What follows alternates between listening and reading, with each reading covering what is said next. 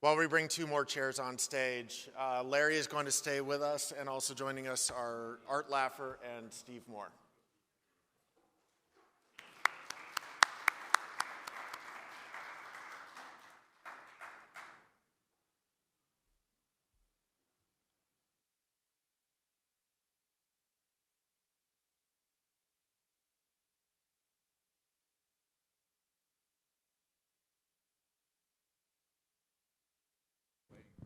But the pillow will come. Oh, there you go. Wow, there's my pillow. Ah, thank you very much.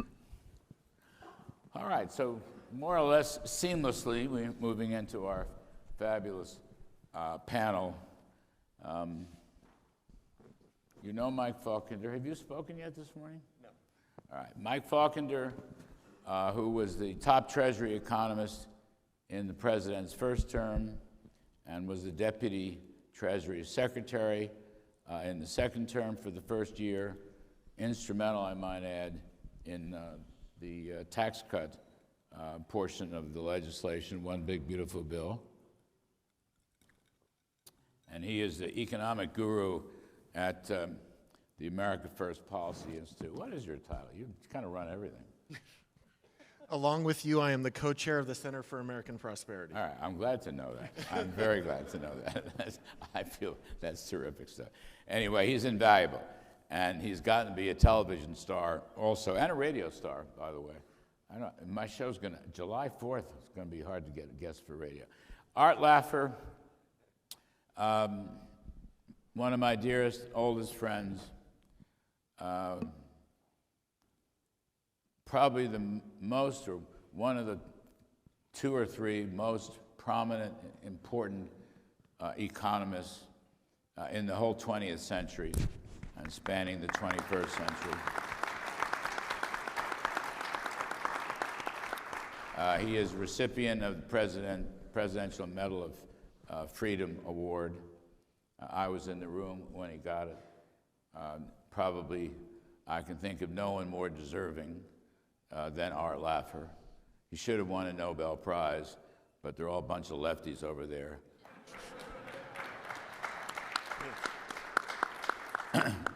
Two more things. Of course, he is the inventor of the Laffer curve, which shows that reducing tax rates will raise tax revenues and promote economic growth, whereas raising tax rates will lower revenues because of tax avoidance and poor economies.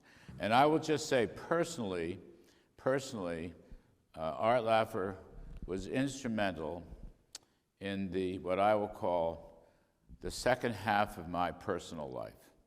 There is no one who helped me more when I was down than Art Laffer, who brought me back into the world and back into business. And I am forever grateful for that, okay? I just want to say that.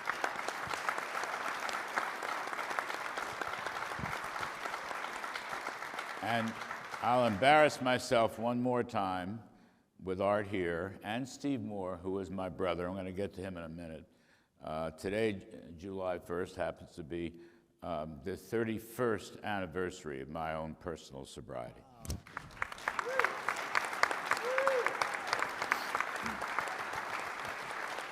Now, Steve Moore, also a brilliant economist. Steve Moore and I, together, sometimes with Art, sometimes without, we have created more good political mischief than any two people I know. All right, I just want to say that. And he is indefatigable in all of his work for think tanks and political operations. He is a brilliant writer. He is a superb economist, a dedicated free market supply-sider, a very dear friend. I was the best man at his wedding. And it's just wonderful to have him here. So we're merging AFPI, at least for the moment, with the Committee to Unleash Can I mention one quick Prosperity. thing, Larry? Thank you for those kind words, but this is important. So it was January of 2016 or thereabout when you and I got a call from a guy named Corey Lewandowski, who was then running the Trump campaign. And remember, we went to see a guy named Donald J. Trump at Trump Tower. In his office, yeah. 66th floor, wherever it was. And you had met Trump before. I had never met him before. Had you previously? I knew him. You knew him. I knew him socially, and I had interviewed him once or twice on the old CNBC show. Well, just to finish the story, so, I didn't know what to expect. Quite frankly, I didn't really like Donald Trump very much until I actually met him. And we came in with it. You had your pad of paper, and we said, here's a tax bill. And then, of course, Arthur, you met with him shortly before or after that. But, was cut the corporate tax rate, the expensing, da-da-da.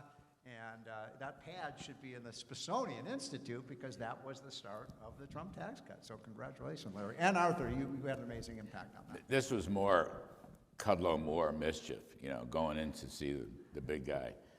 And talking about cutting corporate taxes, which people had not really talked much about, but from the work of Arthur and Kevin Hassett, we talked about a few moments ago. Anyway, Steve Moore is my brother. This is a very distinguished panel, and I don't even want to get in the way of it. But I do, Arthur, I want you to begin your experience down through the years. Actually, we had the same job at the Office of Management and Budget 10 years apart. Arthur, talk about the future for a moment. I mean, we'll talk about the current situation too, but talk about the future. People talk about the next 250 years. I mean, I would even settle 5 to 10 years. What kind of policies, economic policies, are necessary to promote prosperity and economic growth and job creation and so forth in the future, whether it's 200 years or whether it's 10 years? What would you advocate? Can I first say thank you? Can I first say thank you very much for the introduction, my introduction? I mean, was that not lovely? I just wish my mom and dad were still alive. No, my dad would have been so proud, and my mom would have actually believed him. Thank you, Larry. I've got one thing I'd like to show on this panel, if I may, and that's what I think is the key to the future. We had a period there from 1913 to, let's say, 1980, where tax rates, the highest marginal income tax rates, bopped around but got to be very, very high. In 1944, the highest marginal income tax rate in the U.S. was 94%. Then it got down to 28%. It's back up a little bit from there, but we've had huge variations in the top tax rate. My view is that the next 10, 15, 20, 50 years will be still on taxes, but they try to shift the tax around. I had the pleasure of debating Emmanuel Saez, who's a very nice guy in Berkeley, all on taxes, wealth taxes, bad things all the way across the board. And what I got is, if I could show just that one chart, Larry. Yeah. And this is it. I think we've got it. Can you show that, put the chart up? If you can put it up, I don't know where it would be showing. It's not that one. Nope. Keep going. That one will show later. There it is. Yeah. Now, the one just before that. Just before that one, there's one. That's the one. Yeah. This is, now we have every single tax return that has ever been filed in the U.S. from 1913 to the present. This isn't sampling. This isn't anything else. This is exactly what happens. The top line, the blue line there, is the highest marginal income tax rate. You can see it went from 7% in 1913 up to 77% in 1919. Then it went down all the way down to 25%, 24% during the roaring 20s. Then it went right back up there to 63% to 70%. It's gone bopping around there. And then what I have on the red line, that is the top tax rate applicable to the top 1% income earners, okay? The line below it, the red line, is average real tax revenues collected from the top 1% of income earners. These are the facts. I could give a damn what your opinion is. I don't care what your opinion is. This is not about opinions. This is not about feelings. This is about facts. Here we have the chart. Every single time we've raised the top tax rate on income earners, on the top 1%, every time we've raised it, three things have happened. Number one, the economy has underperformed. Number two, which you can see right here, tax revenues from the rich have gone down, not up. And number three, Every time we've raised the top tax rate on income earners, the poor have been hammered. And I mean hammered. They did not do well during the Great Depression, just for the record. They did not do well during World War II, every time. Now, what I'd like you to do in the next chart, which will really blow your socks off, is people don't work to pay taxes. People work to get what they can after tax. It's the incentive effect of taxes that matters, not the tax rate. So if I'm in the 99% tax rate, out of every dollar I earn, I'm allowed to keep 1 cent. All right, if you cut that from 99% to 98%, every dollar I earn, I get to keep 2 cents. My incentives double for a very small cut in tax rates. So what I did was I did this exact same plot with these exact same numbers, only here I'm using the incentive rate, which is 1 minus the tax rate. If you could show me, this is the chart here with the incentive rate. Look at that relationship. And never forget this. This is the dominant feature of facts for the next 5 years, 10 years, 15, 20 years. If you raise tax rates on the rich, you will hurt the economy, you will get less tax revenues, and you will destroy the poor. If you look at this, it is just a classic record. This is the way the world really works, everybody. And if you know one fact, this is the fact. Don't go after those rich ones. They know how to shelter their income. They know how to move their locations. They know how to hire lawyers, accountants, bang, it's the facts. Why aren't we, we talked about tax legislation, maybe in Reconciliation 3.0, and Kevin Hassett was open to this, indexing the capital gains tax. Good. But my question to you is, we really, in the Republican Party, frankly, have not focused on the top tax rate. We've left it be. Now, it's just 37%, right? We stopped it from going up. That's federal, and not including the Obama payroll tax. But Right, that's so there's a 3.8% surcharge. Right. All right, so let's call it round up, let's call it 40%. Yep. Okay. Reagan left it at 28%. Yes. From the 86 Yes, he bill. did. And correct me if I'm wrong, small businesses pay the top tax rate, right? My LLC, I pay the top tax. Yes, you do. Or whatever, you pay the income tax. Yes, you do. It's a little lower because of the 199A deduction that we did in the the Tax Cuts and Jobs That's Act. the 20%. That's the 20% pass through. All right. Johnson Amendment there was So Johnson Amendment. we should focus, Steve. You know, I go to Steve because he's a political guru, Steve. We should focus more. I think indexing cap gains, but we should focus the conversation on the top tax rate that Arthur has outlined. And also, I kind of like that because the left wants to always raise it. You know, and in California, in Seattle, in Washington, they're trying to, which is, you know, confiscate the wealth. So why is that? We really haven't done anything on that. So I wish I had brought this chart because it's very similar to the two charts you've just shown, Arthur. We started, going back to, what was the 78 capital gains? Yeah, with the 78 capital gains, Steiger-Hansen. Steiger-Hansen. So you go back to 78 through today.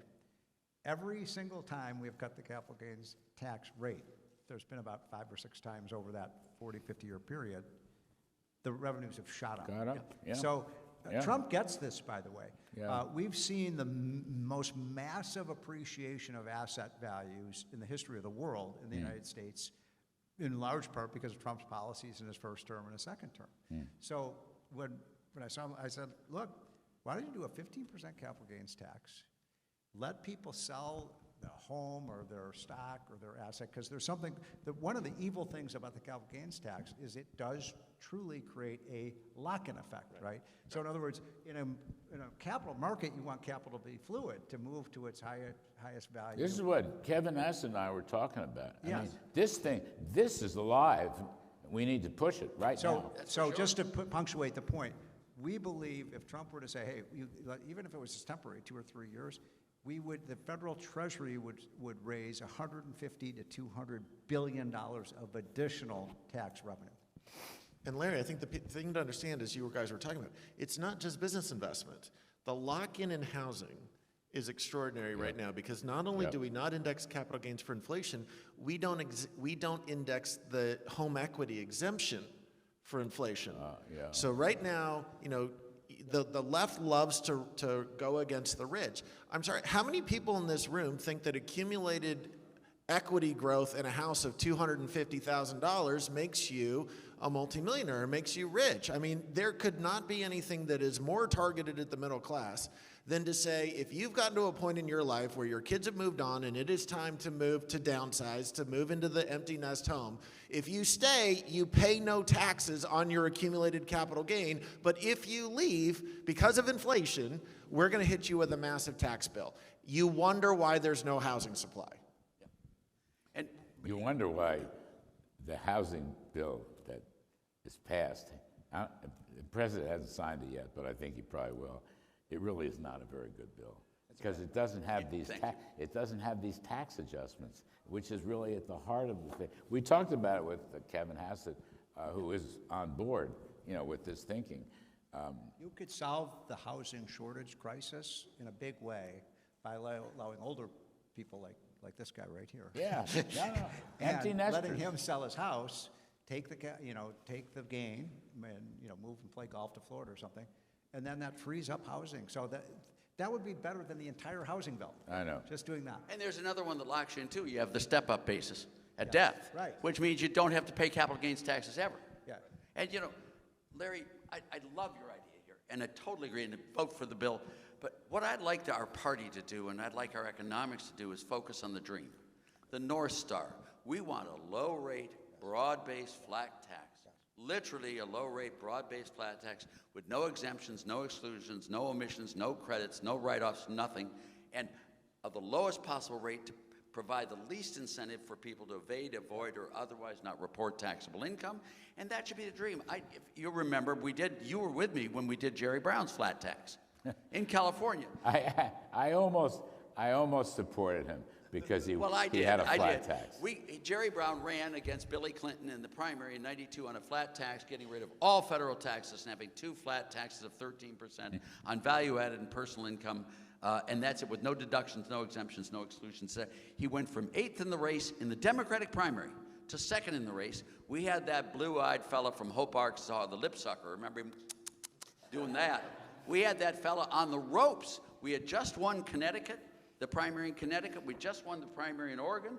We were coming into New York and California, and we were going to win the nomination when Jerry announced his vice presidency as Jesse Jackson, but we got the second largest number of delegates with a true flat tax on all taxes, a true flat in the Democratic primary. This is the winner of all winners. We won 65% of the vote in California with Prop 13, opposed by Republicans, Democrats, small business, large business, all the unions. They all opposed us, except for one little tiny group called the voters. If we want to win, we can do it with good economics all the way. And don't be afraid of the North Star. Do the right thing.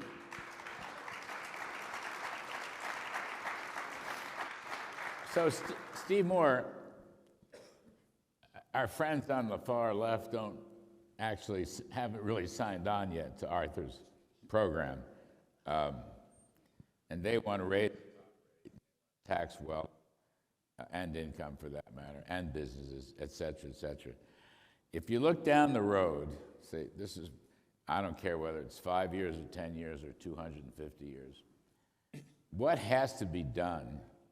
I mean, repeating a socialist communist experiment from the Soviet Union or the old Eastern Bloc is not going to help America, and it's not going to help our future, no matter what they say.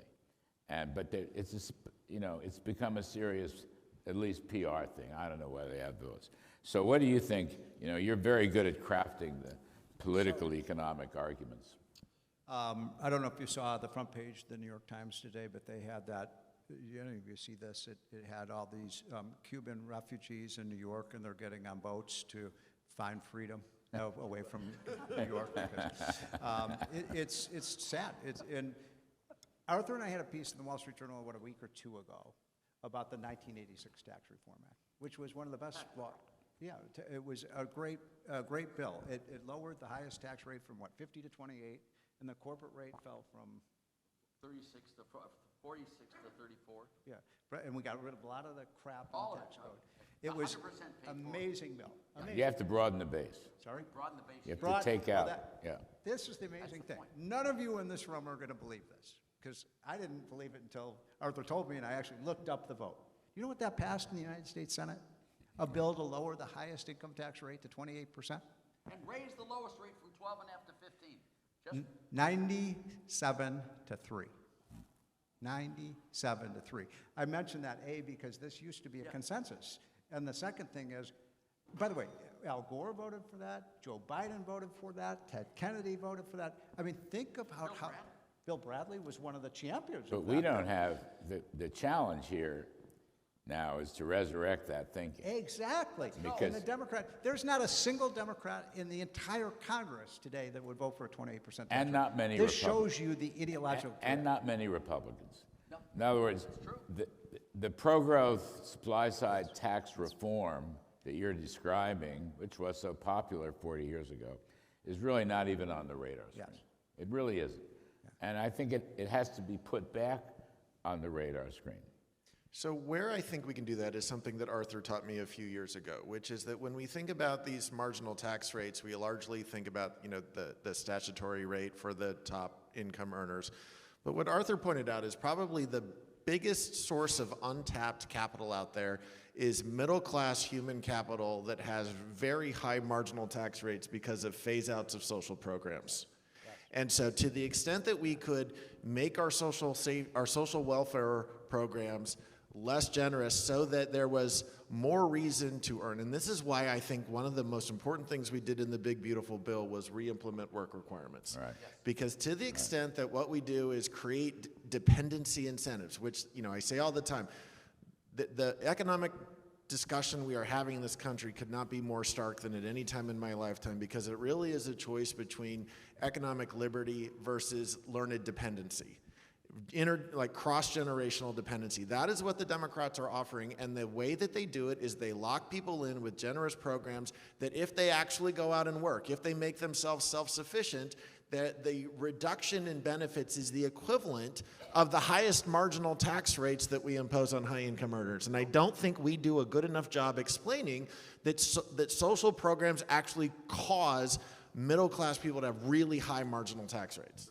So And you know, People- when we came in 80, the two highest tax rates were in the lower end and the upper, both well up in the 90s. So the issue here, I want to highlight this, this great analysis. To a large extent, the issue is about work and the value of work, all right, which we wrote this op-ed piece. But, you know, the left, the socialists, you can just look at their platform, the Democratic Socialists of America. I've written about it, I'm just using their new agenda. They want all the benefits, government benefits, to be free, and they want no work requirements at all. So able-bodied people can choose work or welfare, and the welfare is more generous in their agenda. Work is very important. I mean, in a sense, it's almost underrated. We talk about taxes, and, you know, Arthur, you've taught us if you tax something more, like work, you get less work. And if you tax it less, you get more work. Work, I think, is intrinsically important for its own sake. People who are out there working, they're not only more productive, inventive, they help the economy, they're also supporting, work is pro-family. They're supporting families with work. There's a moral basis. They're helping their communities with work. There's a moral basis to that.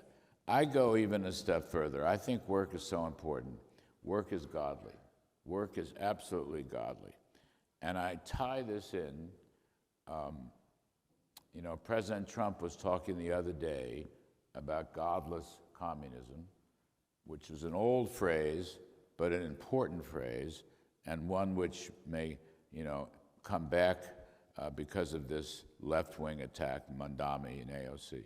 Work is godly, work is moral, work supports families, work supports communities, work supports defense and security, work supports the whole country.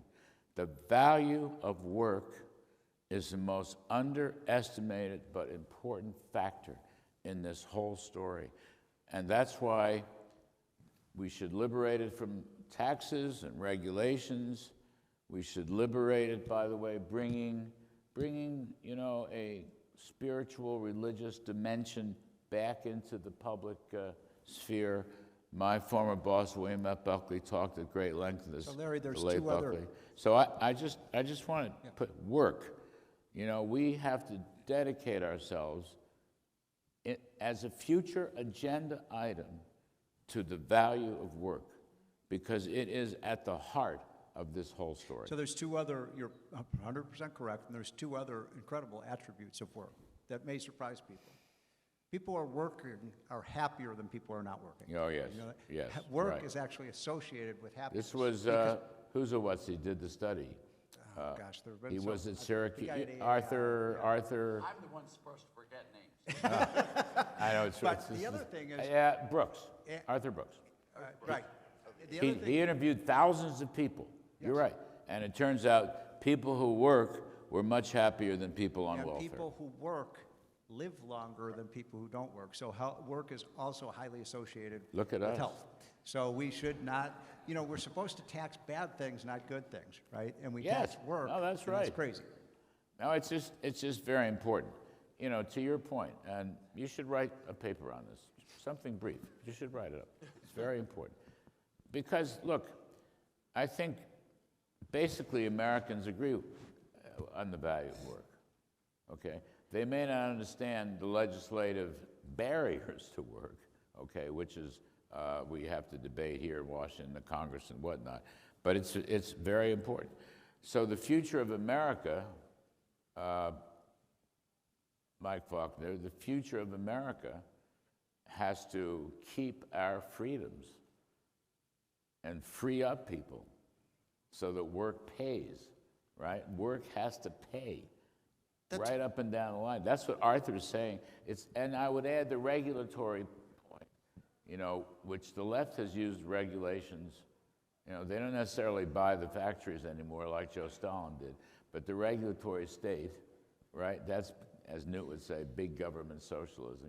There's no work in that. Right. And able-bodied people should work in terms of welfare and all the other small entitlements. Right. So, let me reinforce something that was said earlier on the first panel, which is that when you have a voluntary exchange, it means that both sides have benefited from it. And so when I go to work, I have somebody who voluntarily pays me because the value they realize from the work I engage in is more than the resources that they are giving up to pay me. That is not what cross-generational dependency from government creates, right? When we provide excessively generous social programs, we actually discourage the creation of the very economic goods and services that all of us rely upon to fulfill our daily needs. Why are we, and as Larry has said on a regular basis, the reason that the need for work is never going to end is because the human desire is never going to end. There are always going to be, even with things like AI coming on board, even with robotics, there are still going to be the need for work to take place because human desires, human aspirations are boundless. And so what we need to do is always make sure that no matter what technology arises, that we are keeping an eye on how do we have technology complement work and continue to provide purpose to people, because as Steve just said, it creates happiness, it creates reasons to go on living, it extends human life. It provides purpose, and it provides moral basis for the family. So we need to stop debating with the left about just solely looking at how many resources households have, and instead come back to these much more fundamental issues and values about what does it mean to live a good life, and having purpose, contributing to your community rather than just being a recipient of benefits should be the thing that we aspire the American people to continue to do, because it's what's allowed us to get to where we are.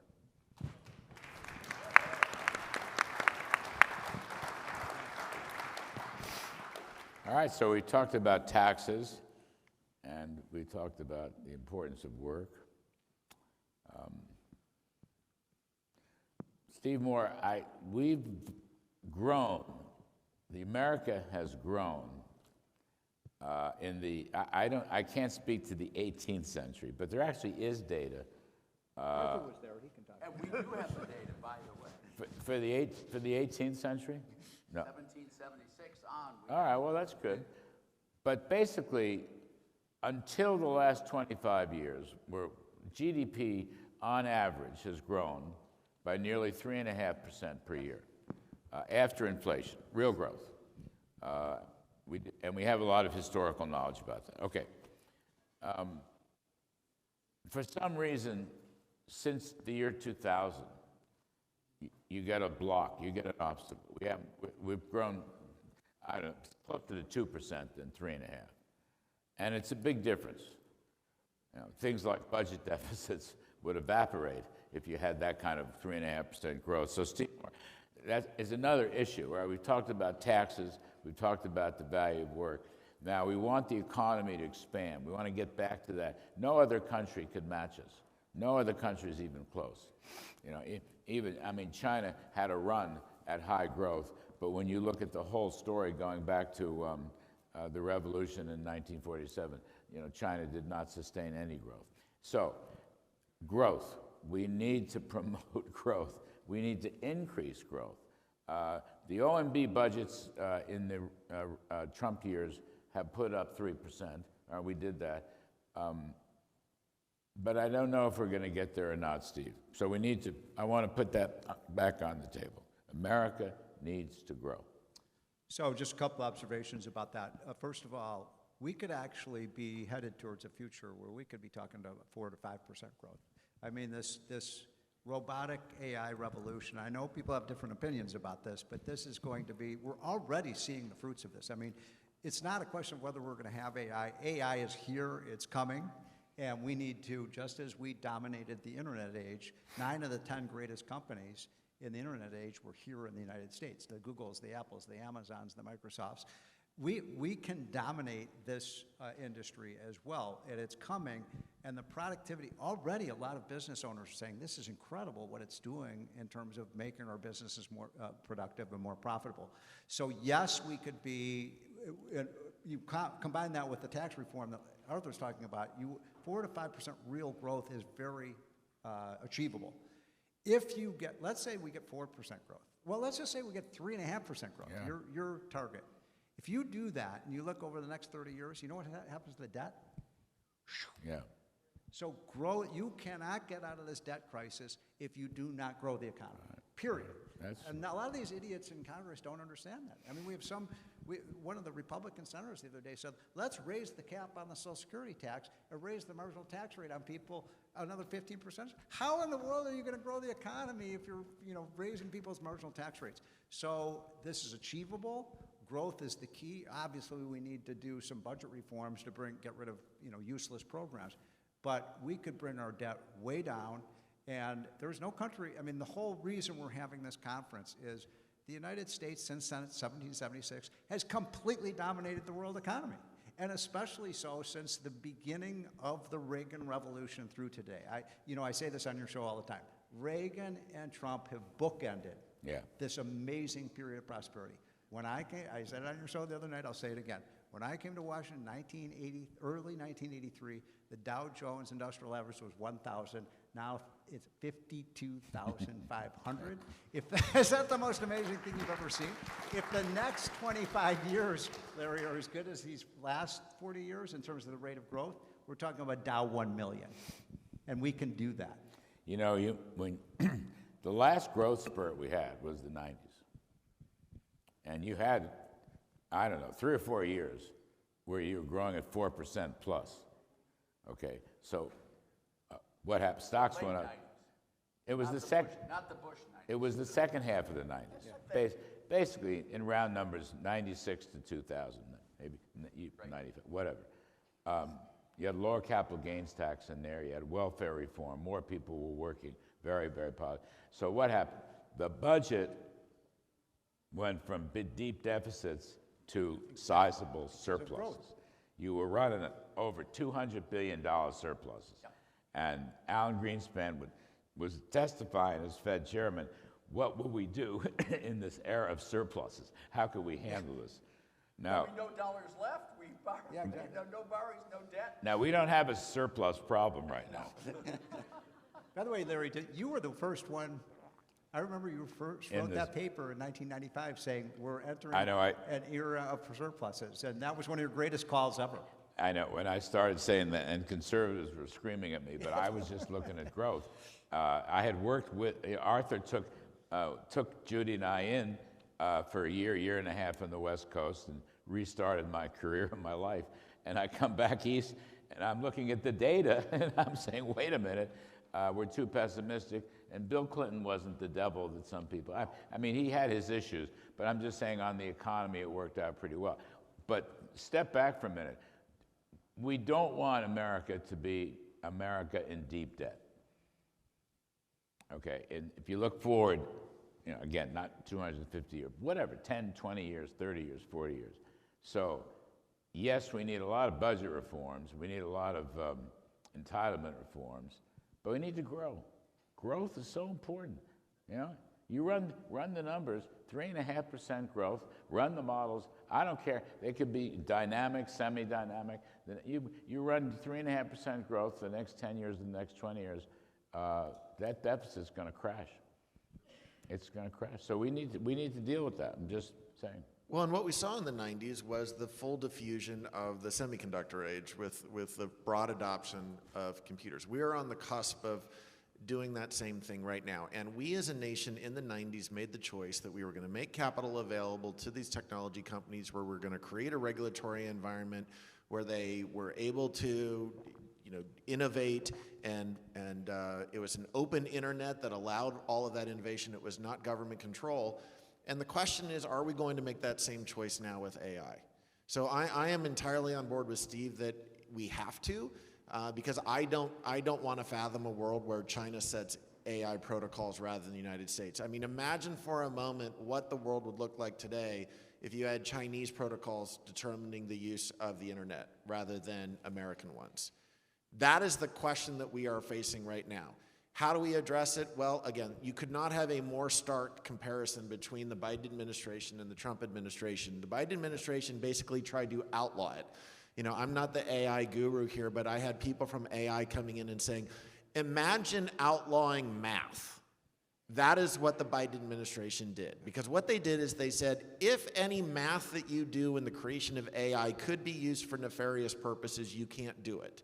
Well, as anybody who's an innovator knows, you don't know the potential applications of a new technology until you actually develop it. So think about the extent to which putting those kind of criminal sanctions in front of people deterred the development of it. Now, fortunately, President Trump came in and completely reset our approach. You had David Sachs on your show talking about exactly this. So we're putting in place the right regulatory regime. The question now is, will we create the energy capacity to service it? Because the Chinese are building 2 new power plants every week, and right now it takes too many years to get new power up and running in order to provide for it. I was going to say Sachs won. So the president pulled back. The regulators lost. I'm not going to name names, but it was a good thing. Can I just raise, though, I'm for AI, and Kevin Hassett and I were talking about that, and he agrees with you. But I want to know one thing. We were talking about the 90s, and we had growth, and we went into budget surplus. People went back to work in the 90s. The Gingrich, call it Gingrich-Clinton reform, whatever you want to call it, but the Gingrich contract with America reformed welfare, and I don't know, 8 million some odd people, whatever the right number is, went back to work. They went off welfare and onto work. The impact to the economy was staggering, and the impact on the budget was staggering. Now, Stephen, I don't know, you tell me. I think the numbers vary, but you got at least 7, 8 million people, able-bodied, who should be working. We do. And if you can make a reform for that, it would be enormous. So we're coming to an end here. We got about a minute and a half left. When we started this conference in the morning, I said that we're here to celebrate two birthdays, the birthday of our country and the birthday of the big, beautiful bill. And I want to, could you put up that chart, that first chart that you put up earlier? Because this is an amazing, can you get that up there? Okay, no, go back. I like that one. Go back. It's the one with it's the list. Go back. Yeah, this. Yeah. So I showed this last night at our event that we had at the Treasury, but this is, I'm just going to take 1 minute. And this bill that Donald Trump signed was one of the best bills in American history. And yes, we've talked about the fact that we did the expensing, we lowered the tax rates, all of those things were amazing. But there are all of these amazing little, what I call jewels in this bill. I'm just going to quickly go over them because people aren't, there was such a great bill, people aren't even aware of the stuff that we put in there. So look at this. Prevents a $4 trillion tax increase. If it had not been for this tax bill passing, we would have paid $4 trillion and more in taxes. Reduced by half the number of families paying the unfair death tax, which is, I would argue, the most disgraceful tax of all. People forget about this. Do you remember the alternative minimum tax? That was a big issue for anybody in this room ever have to pay the alternative minimum tax? I see a lot of hands going. We eliminated the alternative minimum tax is gone. We did the, I can't even read this that well. We saved for the average family about $3,000 a year on their taxes. We did to 20% small business tax There's deduction, work requirements 100% deduction for the expensing. How about this? How about this one? We got rid of Joe Biden's illegal student loan bailout program. That was an awesome thing. How about the fact that this was the biggest expansion of health savings accounts to sort of privatize our healthcare system? How about the fact that we eliminated and repealed Joe Biden's Green New Deal? How about that one? We got rid of that. We did the Trump accounts. And you'll like this one, Larry. We reinstituted work requirements for these government programs. Yeah. So this bill had astonishingly positive things about it, and I am just so proud of all three of you played such a major role in getting this done. But thank you, Donald Trump, for giving us this amazing bill that has resurrected America. So let's figure out ways for another one big beautiful bill that incorporates the good ideas on taxes, on work effort, on regulations. You know, it's all there. I guess we know what works and we know what doesn't work. So we need to work on what works, and I'll come back to my theme of freedom and free enterprise. That's going to work. It will put America back to work and give us what we need to keep our prosperity. So Steve Moore, thank you. Art Laffer, thank you. Mike Faulkender, thank you. Everybody out there, thank you. I appreciate it very much.